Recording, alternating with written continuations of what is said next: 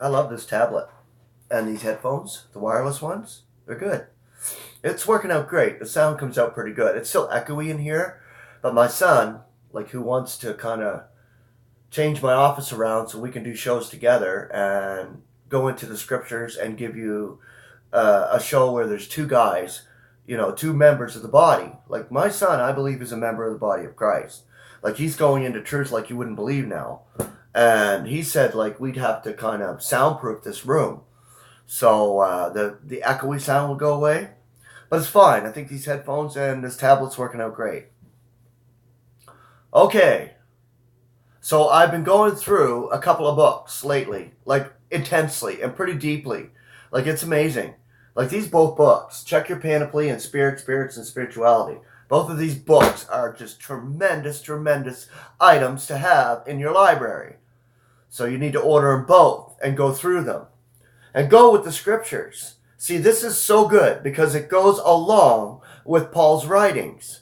And it gives you a deeper understanding and a realization of what's going to happen and what has happened and what God is doing in his universe. And what is actually there. Like Paul goes into the deepness, the deep part of where he talks about these celestial messengers. He talks about the mights, the world mights, the forces of wickedness among the celestials. Where are you going to get that out of a Christian church? They don't go into detail and the deep treasure that is there in the scriptures. They don't do it. They avoid it. They don't want to go to that level. Well, we have gone to that level in spirit, right next to God in Christ. So we're next to God in the throne room, the very throne room of God, next to God in Christ in spirit now. We are there.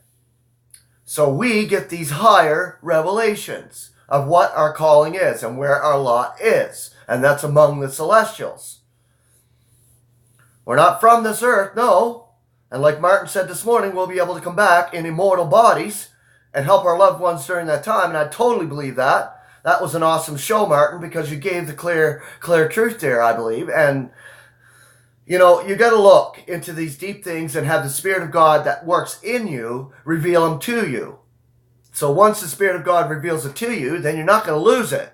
You're going to hold on to it and know that it is solid truth. There's the sealing right there. And speaking of sealing of the Spirit, that's the chapter I'm going into. Based on Ephesians chapter 1, verses 13 and 14. In the sacred scriptures, a seal is a symbol of security. Back of Caesar's seal on the stone, which secured our Lord's sepulchre. So his tomb had Caesar's seal on it. So the stone that was rolled in front of that tomb had Caesar's seal stamped right on it. Nobody could touch it. Nobody could move it. Nobody could do anything. Only the ones who had the authority of Caesar's house to be able to remove that stone from the tomb of our Lord. Okay. So that was Matthew 27:66. Yeah, right. Our Lord's sepulchre, or tomb, was the full force of Roman's imperial power. He who dared to break that seal must reckon not only with the procurator, Pilate, but with the Roman Senate and the emperor himself. Opposed to the risen Christ were the custodians, or Roman watch. And these could call the host of the armed men in Jerusalem and in Judea, and if necessary, the whole military force of the empire. The greatest earthly power was back of Pilate's seal. That it was broken does not disprove this, for God's weakness is greater than man's might. The 6th chapter of Daniel gives us a notable instance of man's farcical efforts to imitate the adamantine solidity of God's determination. The law of the Medes and Persians, which changes not, has passed into a proverb. Nothing on earth was supposed to be more inflexible or secure than the decrees of these ancient kings. They themselves could not alter or change them once they had been passed. And when the seal of the kingdom is added to this, we may well consider Daniel in the lion's den as the most hapless and hopeless of that faithful host who had laid down their lives. for the faith of their fathers. The seal on the lion's den is symbolic of man's utmost limit in securing his victim's doom. But God holds man's majesty and might in derision. Psalm chapter 2 verse 4. Let them put on 7 seals, if they will. He will frustrate all of them. Daniel shall not die. Man seals to destroy, but God will circumvent him. God seals to save, and man is impotent to prevent him. What a contrast when God seals. When Satan is locked up in the abyss for 1,000 years, he sets his seal on it, and all the opposing powers of earth or heaven are unable to loose him from his jail. Revelation chapter 20 verse 3. When God seals 144,000, Revelation chapter 7 verse 4, all the onslaughts of Satan and his minions do not diminish their number by a single one. They are secure in the midst of the most terrible times which earth will ever know. Were only 143,999 saved, God would forfeit his throne and lose the luster of his great name. So you can go back to the one sheep that was lost. But that one sheep was more important than all the 99. The 100 that was there, one was lost. Go and find that lost sheep of the house of Israel and get him back here. That is it. So there's not one single member of the body of Christ that will be left. We will all be snatched away together to meet our Lord in the air. No question about it. Not one will be left. This is why we're still here. This is why we are still in the day of grace. Because there's one member of the body of Christ who has not come into a realization of who he is. And once he realizes that he's been called, then that's it. And I believe the moment of it, I don't believe there's going to be a long-lasting time of maturity for that last member. We're not going to wait till he becomes mature in Christ. He's going to come into a realization and bang, we're out of here in the air to meet our Lord. The seal upon the 144,000 was put on their foreheads by a messenger of God. Revelation 7 verse 2. It will save them from the torment of the locusts out of the abyss. Revelation 9:4. Most probably it will be a literal visible mark, the counterpart of the emblem which all the worshippers of the wild beast must wear on their right hands or on their foreheads. The number 666, or, the number of man. So the mark of the beast is going to be visible. It's not going to be seen, only because they have false miracles. And you take the iPhone or take anything in the air today, like those powers and forces of wickedness that control it. What we have today, he controls this tablet. He controls the wireless networks. He controls the internet. Oh, man. Satan has control of all that. But it's invisible, it's in the air. Well, this emblem or this mark of the beast is not going to be open season, but they will have it. It's like a barcode or something like that. Like, think about it. It's computerized. So, if you have wisdom to compute, which it says in the original languages in the scriptures, it says compute the number of the wild beasts. Compute.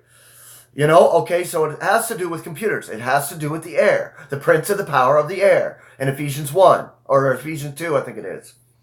But look at that. But in the day, right. Yeah, it'll be a literal visible mark.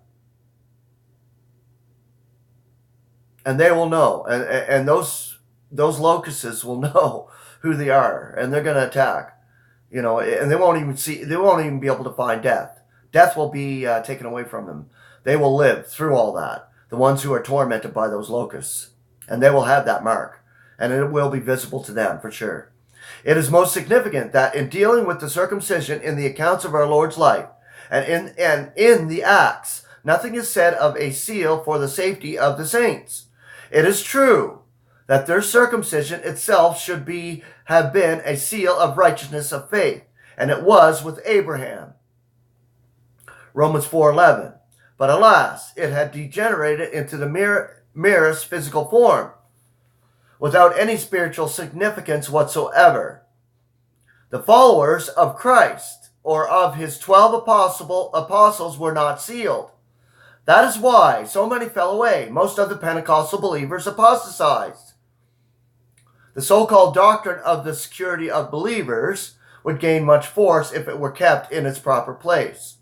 All attempts to prove that the Pentecostal believers were saved beyond the possibility of being lost are fatally weakened by the distinct statements in the 6th and 10th of Hebrews, that they did fall aside. Hebrews chapter 6 verse 6.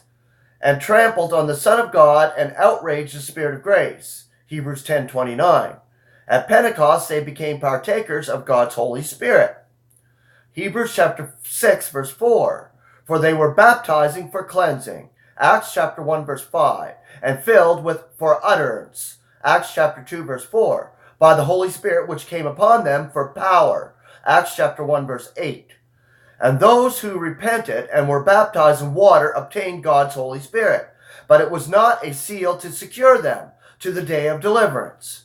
The first intimation of the sealing of the Holy Spirit is found in Paul's second epistle to the Corinthians.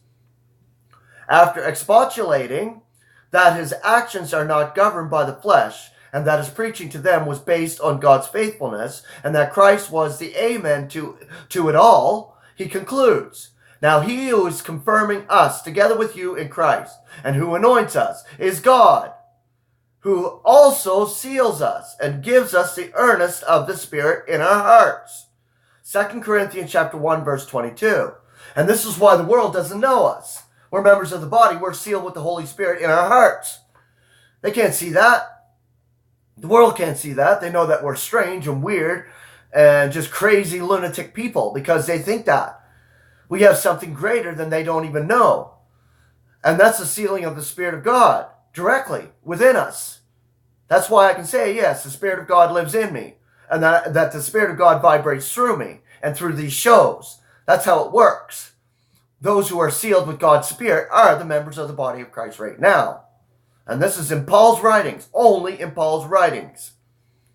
It will be noted that the seal and the earnest of the Spirit are closely associated here and in our next passage. It is the first chapter of Ephesians.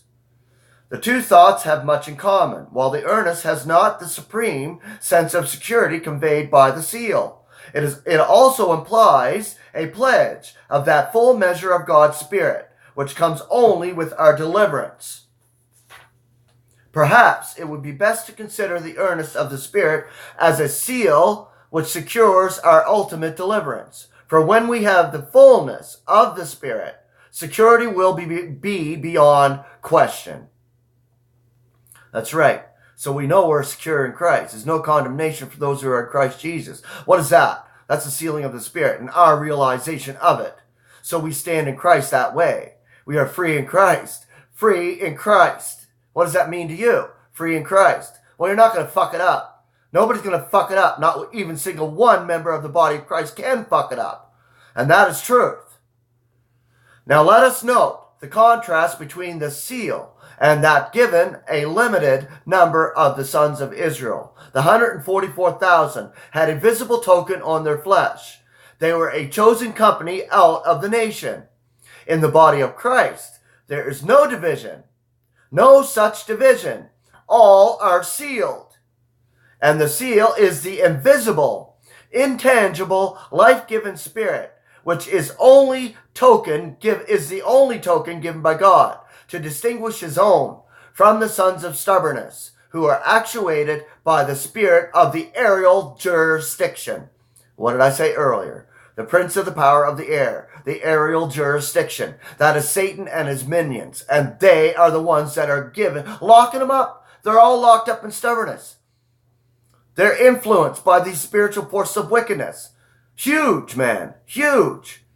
Ephesians chapter 2, verse 2. Okay, I'm going to stop there and continue tomorrow. This is a lot to take in. And it's a lot of meat to take in.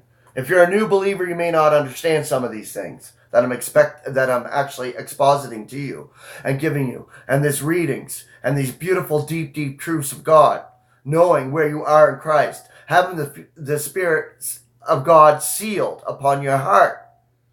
That is amazing stuff. But even an immature believer doesn't know this, but he has the seal of God. Amazing. A new believer coming into this realization may not realize that they have the Spirit of God stamped on their heart, but they do, no matter what. They don't have to be mature in knowing that. That's why I say that the last member of the body of Christ who is going to be sealed by the Spirit of God will not have to be mature. We will be out of here once he comes to a realization of who he is in Christ. Done deal. Finished. That's the seal of God, the seal of the Holy Spirit. Powerful stuff. Powerful stuff. Wow. I love it. I love it so much. And I love giving it to you folks. Because there's the energized Spirit of God. And that's the truth that's come through me. The energized Spirit of God that vibrates. Vibrates. Literally vibrates. You look at Genesis 1:1. When the Spirit vibrated over the submerged chaos. Like, it vibrated, man. That's power. And that's God's power in you as a member of the body of Christ.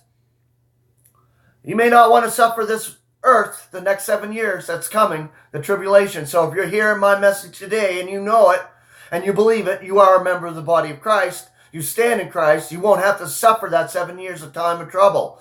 Jacob's trouble, the tribulation period. And that's so awesome. So awesome. Truly amazing. You know, my wife said this. What'd she say to me in the garage there the other night? Oh, about the number of the beast. Because I told her about the cell phones and I told her about the air, the prince of the power of the air and the aerial jurisdiction that controls all that, the wireless networks, all that. She goes, well, does that mean that you took the number of the beast? I said, no. I said, no. I said, that's coming. This is a preparation to that time when they'll all have to take that seal in order to buy and sell. But the whole point is, right now, we're moving into that. Swiftly, swiftly, swiftly. You can see it. Biometrics, eye scans, all that. As, you know, Arnold Schwarzenegger was good in the movies like The Sixth Day and stuff. It prepared the earth. Hollywood was actually preparing the earth through them movies. No kidding. About what's coming in the future. And it's coming fast, man. It's coming fast. But she thought I took that number of the beast. I said, no. I said, I may have to be subject to that now and have these tools to my advantage now, and advantage toward God, not advantage to the world. And this is how I look at it. It's not an advantage. This internet, all these cell phones and tablets and things like that are used to the advantage of God's Spirit right now in us. Because we have a way of communicating the truth. And this is what God has given us. But we're not given over to it. Think about that. We're not given over to it. We experience it, we go through it, we use these tools, yes. But we're not given over to it like the world is. They're going to just soak it up. They're going to take that mark. But we won't have to. We'll be out of here. And we'll be snatched away at the speed of thought.